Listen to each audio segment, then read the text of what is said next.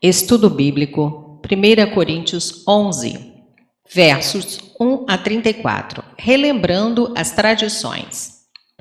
O cristianismo se apoia num modelo fixo dado a nós pelo Senhor através dos apóstolos. O apóstolo Paulo não se exibia como um exemplo absoluto. Ele só deveria ser imitado conforme ele estivesse imitando a Cristo. Verso 1. Em geral, os coríntios estavam retendo firmemente as tradições que Paulo lhes havia entregado.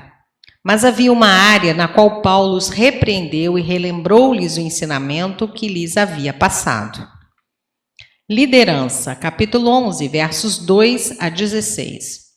Deus é o cabeça de Cristo, que é o cabeça do homem, que é o cabeça da mulher. Em primeiro lugar, Paulo faz ver que, na ordem divina, a mulher está sob o homem. Isto, naturalmente, não se implica em desigualdade de sexos. Gálatas 3, 28, Efésios 1, 3. Subordinação nem sempre envolve desigualdade. A posição de cabeça não é o mesmo que a posição de senhor. A pista para a posição dos sexos se encontra nas últimas palavras do verso 3. O homem é a cabeça da mulher, como o pai é a cabeça do filho. Diante da parca evidência que existe, parece-nos que, com poucas exceções, os homens do século I da era cristã ficavam de cabeças descobertas enquanto adoravam. O costume judaico dos homens cobrirem a cabeça quando oram provavelmente não remonte ao período do Novo Testamento. Sem dar muitos detalhes específicos, Paulo ensinou os homens a não cobrirem suas cabeças quando oravam ou profetizavam, e as mulheres a usarem véus quando oravam e profetizavam. Ele baseava seu apelo na natureza básica dos homens e das mulheres, versos 7 e 9, nos anjos, verso 10, no comprimento do cabelo dos homens e das mulheres, versos 14 e 15, e na prática universal das igrejas, verso 16. Paulo parece apelar aos costumes em vigor na igreja universal daquela época, naquela cultura. Ele não usou esse tipo de argumento em nenhuma de suas outras cartas. Historiadores contam que em Corinto as prostitutas entravam na igreja para assistir aos cultos sem, no entanto, querer nenhuma transformação. Então Paulo teria exortado as mulheres santas a usarem o véu para se diferenciar dessas. A ceia do Senhor, capítulo 11, versos 17 a 34. Os coríntios estavam abusando da ceia do Senhor. As divisões entre eles os levavam a não esperar para partilhar juntos, mas cada um comia o seu próprio alimento logo que possível, nada deixando para os outros. O ambiente era irreverente e os pobres estavam sendo excluídos. Versos 17 a 22. Paulo deu diversas ordens específicas para corrigir a situação. Primeiro de tudo, a ceia do Senhor não era para ser transformada numa refeição comum.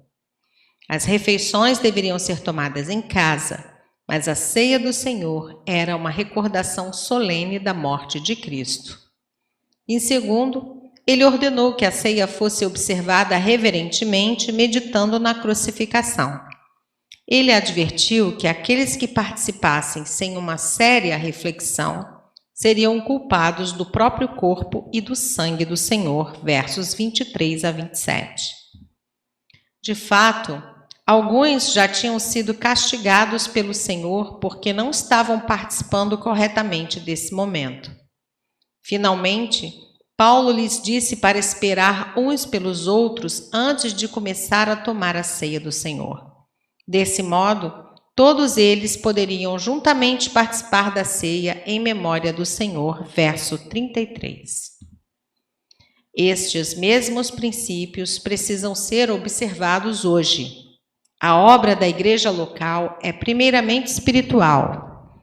Há momentos e locais específicos para eventos sociais.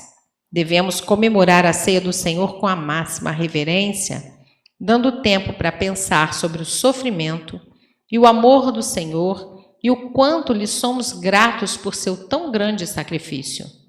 A ceia deve ser comemorada por toda a congregação ao mesmo tempo. A ceia do Senhor pertence ao culto da igreja onde o Senhor a colocou. A ceia do Senhor simboliza, entre outras coisas, a unidade espiritual do povo de Deus. Alguns cristãos em Corinto celebravam a ceia do Senhor de uma maneira que destruía a unidade que a cerimônia representava. E mais ainda, tratavam mal os pobres que faziam parte do corpo de Cristo. Como resultado, Deus enviou julgamento para a comunidade.